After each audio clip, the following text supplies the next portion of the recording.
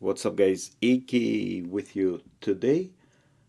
Plug and play decoder installation.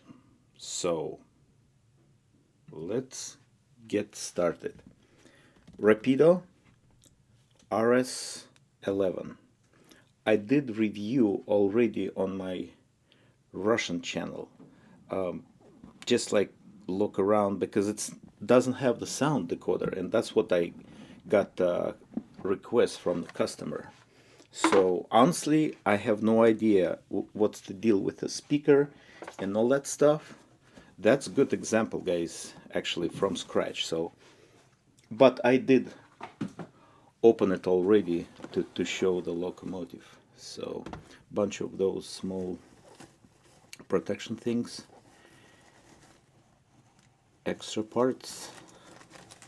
Okay, doing it now. So you will watch entire process. How many parts it takes, I'm not sure. I'll try to do in maybe 3, so it won't be very long.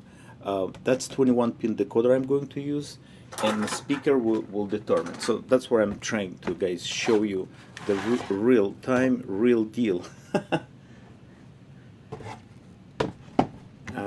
Because I'm getting tons of requests for installations, and maybe